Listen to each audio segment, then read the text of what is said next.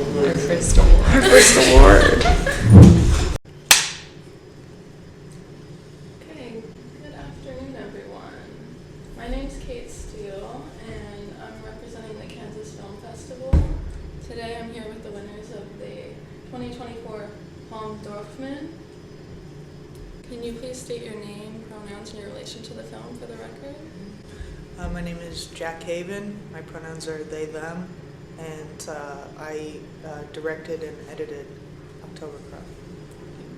My name is Alex McVicker. My pronouns are she, her, and I acted in the film. What do you think makes October Crow queer, if anything? Well, October Crow was shot on an iPhone X, and it was completely improvised.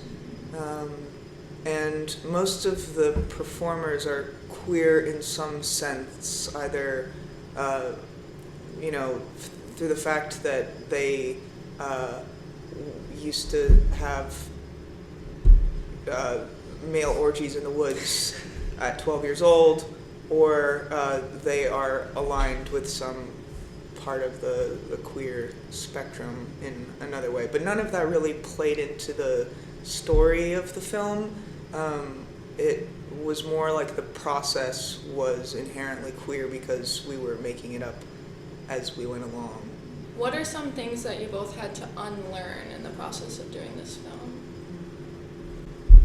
I think one thing that I always think about with October Crow is, as an actor, like, I've always been in pursuit of like trying to be as truthful as possible, and I'm such a fan of so many actors that I think are always truthful in their performance, and I think it's always hard watching yourself on screen, but especially in October Crow, it felt hard because it feels so uncinematic to me at times, and so it like really made me like, oh my god, is this like really bad acting? And I just think it's incredibly clunky at times, but I think like real life is not pretty and not cinematic most of the time, and so it just like makes me think about that.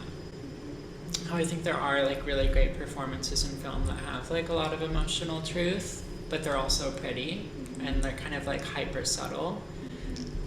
And I don't know, I just think it's like an interesting thing to think about. And in regards to that, it makes me think of like the inspirations that you have listed for the film.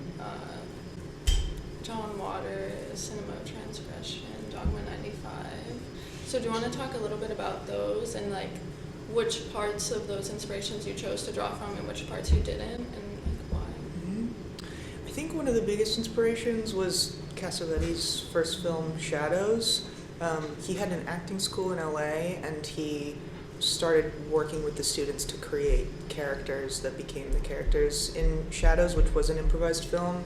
And I think the idea of like making a film based on the personalities around you, which is also very John Waters, and using the reality that you're living in to let the story grow from, because we often didn't know where the story would go.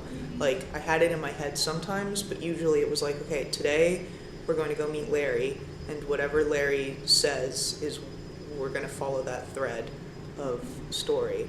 The Dogma 95 stuff, I think that's more, you introduced me. That was the first question. Well, we met on a set in 2017, and the first question she asked me before saying anything else was, do you like Lars von Trier? Which I'm not special, that's actually her favorite first question. Yeah. Yeah. I mean, you are so special, but I'm a huge fan of Lars von Trier, and Lars has, I actually don't know if he's the one that like created it, or if it was him and someone else. Vinterberg, I think. Yeah, together. Yeah, huge Lars fan. Would you consider doing a film following the rules of the Dogma 95? I think so. I don't know the rules exactly, but it's Really specific. Because we had our own rules that some of them were inspired by the way we made the film. Like some of them we wrote afterwards. Like there's a rule in it's called Catching Crow. Or like the 10 rules. It's like the film must be filmed on an iPhone. It must be improvised. The action must be truthful. The lighting must be done by a musician. The actors must not wait in trailers unless they live in trailers. the costumes must be the actor's own or found on the street, and then this was added afterwards, or purchased at Brandy Melville, because there was one shirt that Bella wears in the scene where she's watching reality TV that was purchased at Brandy Melville. So, when, with not following a script or not necessarily knowing the narrative ahead of time, was it hard for everyone to stay on the same page? I don't know. I mean, at the center of the film is Peter Nolan Smith, and Peter has lived in New York. He was Willem Dafoe's roommate in the 70s in the East Village. He's from Boston, and he's just such a character. Like, he's been in our lives for the last 4 years because he's our upstairs neighbor, and part of his daily life is like preaching to people on the street and reading his poetry and like engaging in conversation. And so he's like a brilliant improviser just by way of like having practiced this skill of like hustling basically. And so a lot of the scenes we would be like following Peter. Like there's like a 25-minute take where we started at Bank of America in Times Square and we made our way. I was following with the phone into the subway where Peter, this didn't actually make it in because it was too chaotic, but he hopped the turnstile, opened the gate, and let everybody in the Times Square subway platform, like, into the train for free. And then we rode the train up to 98th, and like the whole time just filming, improvising. And so I think it was like, we weren't even thinking about what we were following. We were just like, Peter's going to take us there. Do you want to talk a little bit about the setting and the place of New York in the film as opposed to another city? And yeah, just like how that's played into the narrative? I mean, I think it's just because this is where we live. And this is where we have, I mean, it's just like the history of filmmaking has been obsessed with New York because it's always a story. Like you walk outside and you're always in a story. So it felt very easy to adapt it. But the first time we shot, you want to talk about the hospital? When we visited Peter and we did the test shoots? Yeah. I mean, that was like, I feel like in the beginning we were like thinking of scripting it more and like really fleshing it out. And Peter was sick and his liver was failing. And so we went to visit him in the hospital and we had already been like talking about making this film with him. And he was like really nervous that he was going to die soon. And so I think he just like pulled out your iPhone in his hospital room. And he was like, okay, let's go, let's start. And then that's kind of how it really, I feel like, came to be as far as shooting on an iPhone. It was that she had just gotten highlights. Well, Yeah. I had just gotten, that's another aspect I feel like that we were always like trying to work around like what we were doing in our own lives. And like at the time I was just like dyeing my hair frequently. And so you were always trying to figure out like, okay, how do we like justify this hair color change? And so that kind of took us into different parts of the film of like going a few years forward where she's in the straight world and her hair is dark, and then there's like another like dream sequence, like always trying to justify changes for continuity. Okay, and so I have a question about the idea of what sort of gaze does the film intend, whether it could be a male gaze, a female gaze, or I've read some authors recently talking about a transgender gaze or a way of looking at the film that sees a trans person as they see themselves. So do you think there's a specific gaze or affect of the film that was intended or that resulted in the end? It feels like because this is the first time that I'd shot a film, it's like a child's gaze, kind of, or like a rat's gaze. It's like something like, you know, hidden in the walls, like crawling out to see what humans do. I think like so much of it was really just trying to get people in the shot.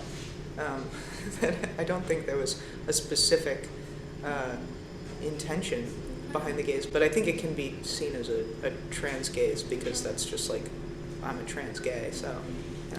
Yeah, and also in regards to transness, I was just wondering in a broad sense of how transness do you think appears in the film, whether it's transness of transgender or transness of transgression or really any kind of transformation in that sense. I mean, do you have something?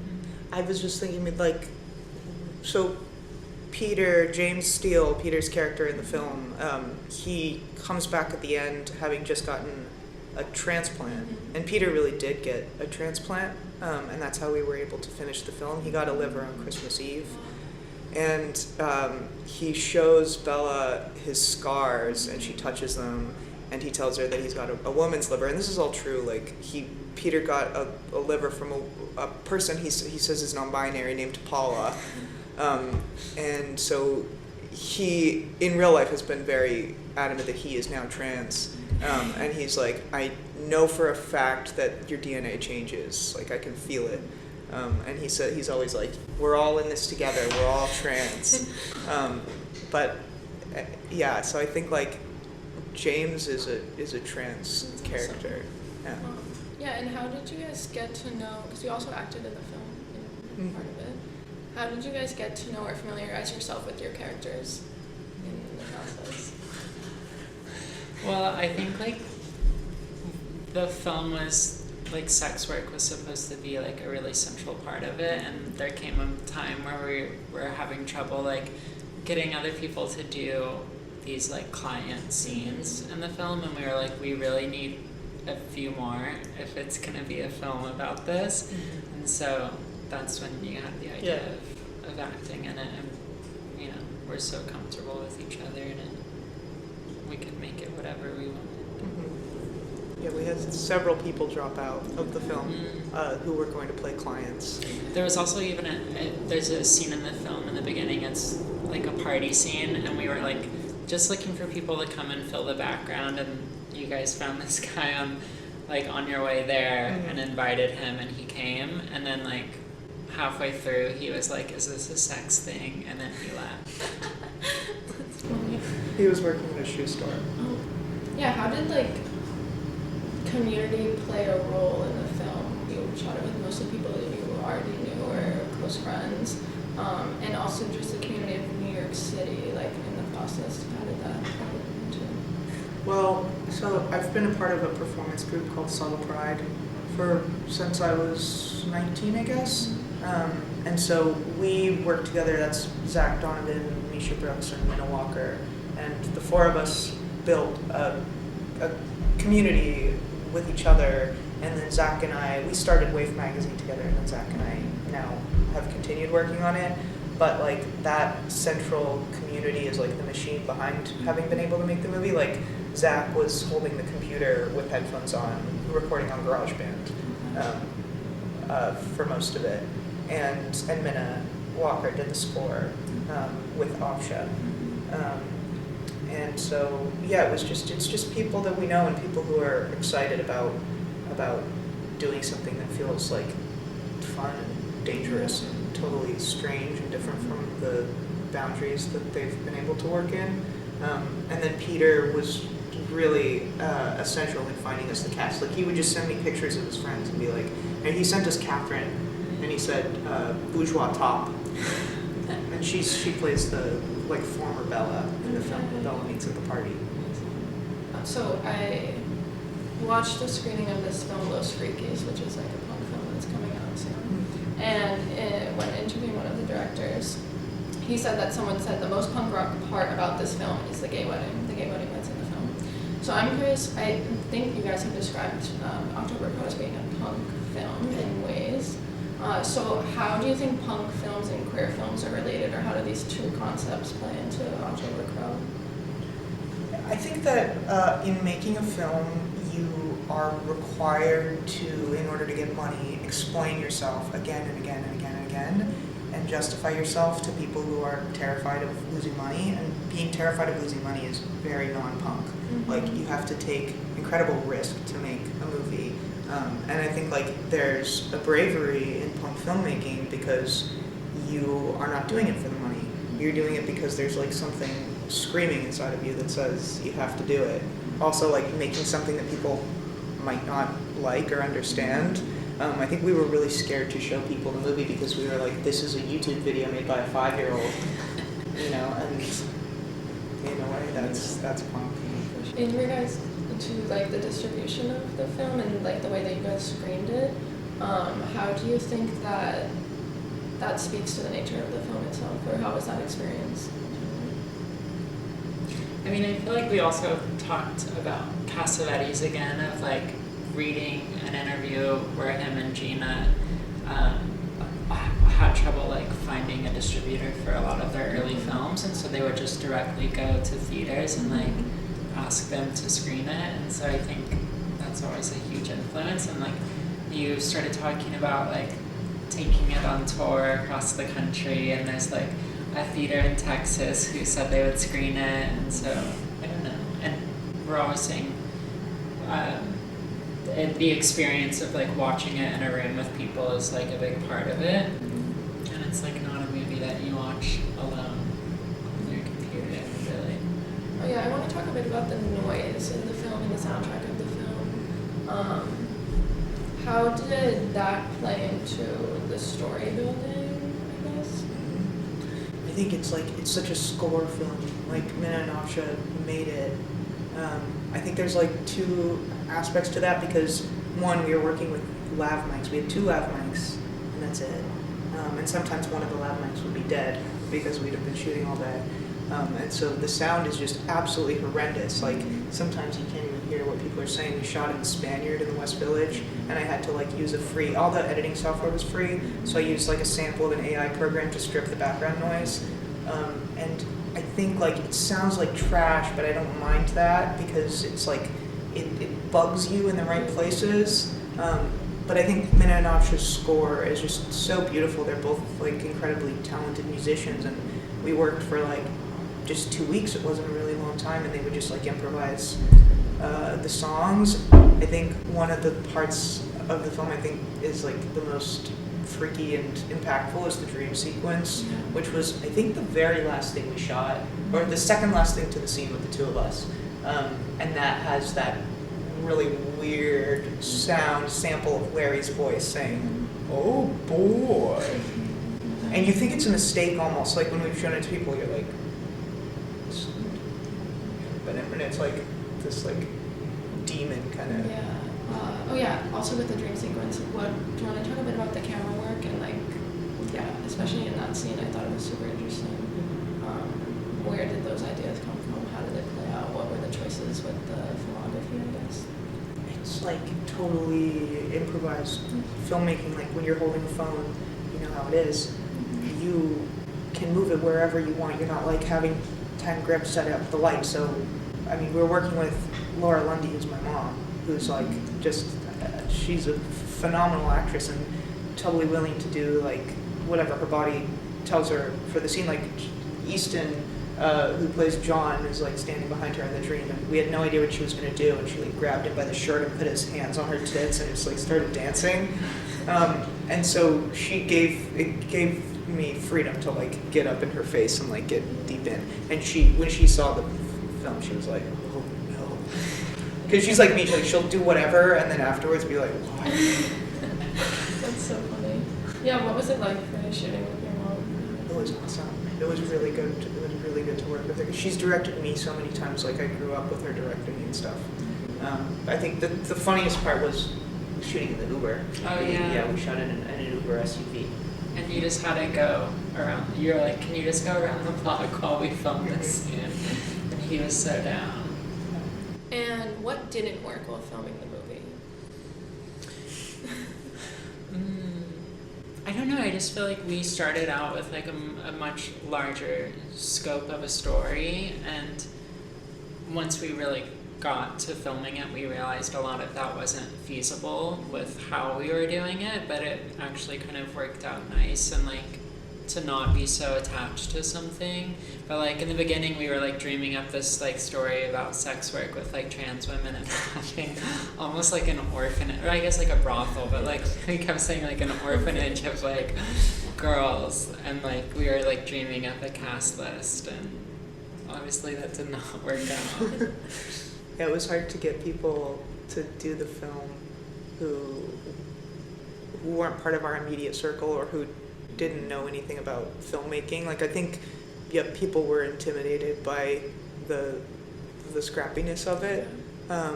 But we just had to adjust all the time. I mean, I think the sound is like the worst part of it for me, was like realizing there's nothing you can do about it.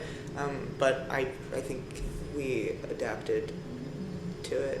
Yeah, like just finishing it is hard when you have no money and you're doing it yourself, and you're like, I can't bear to open iMovie again. Yeah. How long did it take start to finish? Like 2.5 years.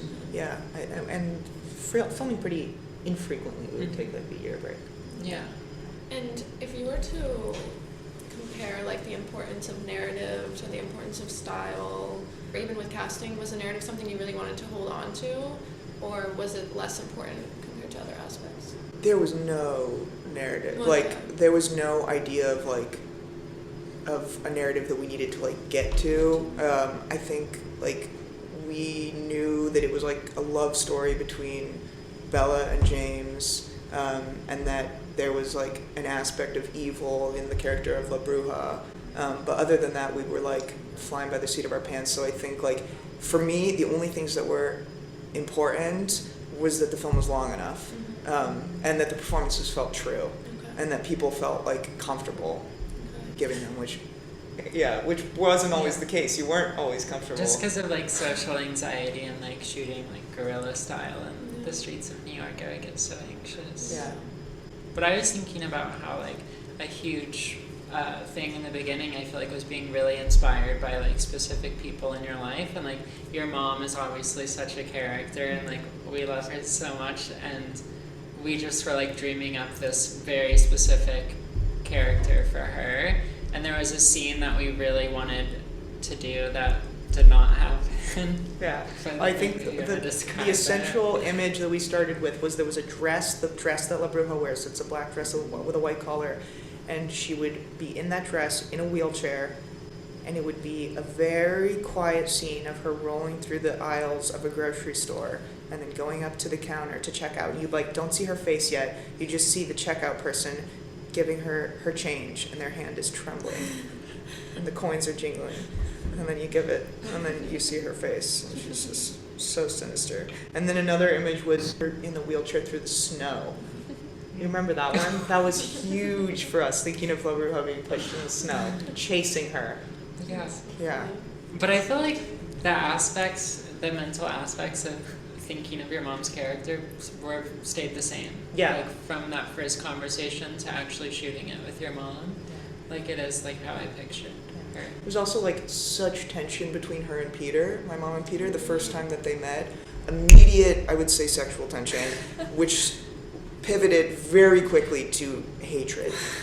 And so that was like something we wanted to capture. That's great. Yeah, did you have like conflicts between people filming on set? Was that ever an issue? Really only the two of them. Okay. There's some funny outtakes where lines were being stepped on.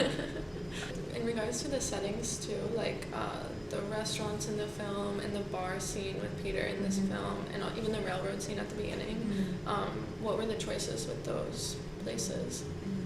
The railroad scene is so sweet. Yeah, I was gonna say that's like another favorite aspect of mine about the movie, is just how it adapts to what was going on in like the lives of everyone. So like at the start of filming, like my brother died and we went to where I'm from in Kentucky, and we were like very much so in the beginning process of making this movie, and we were like so down to film scenes while we were there, and I like reached out to someone that I like was friends with a long time ago, and like he was like, oh yeah, I'd love to be in the movie, and so like that's that railroad scene.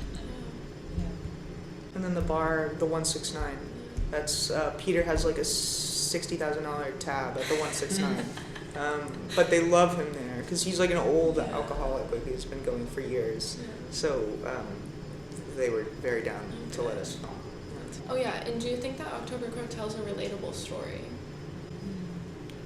I think so.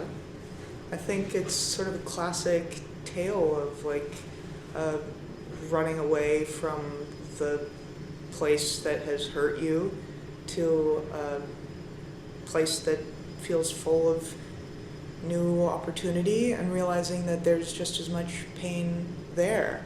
but that if you could find people who see you, then you can survive. My last question is, what is both of your favorite parts of the film?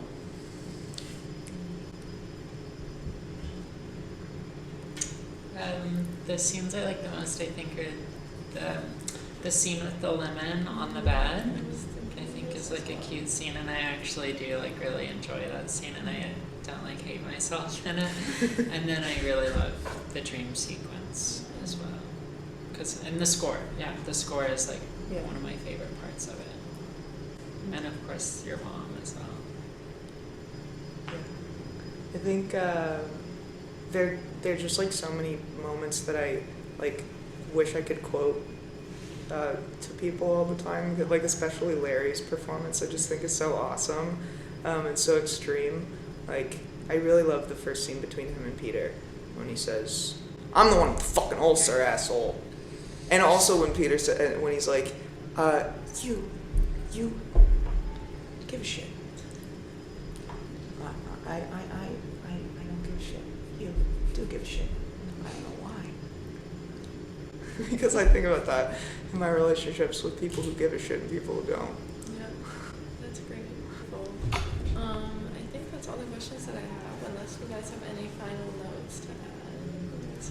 Well, I do just want to say thank you so much. I don't know which camera I should go to, but thank you so much to the Kansas Film Festival for presenting us the Palme d'Orpheman. This means everything to us. Obviously, we're deeply inspired by the namesake of this award, Tommy Dorfman, and her work in the field of creative expression. And who we really dreamt of being in the film. We really, unfortunately, she couldn't make it to the party scene, but we really do want to thank the Kansas Film Festival for recognizing us.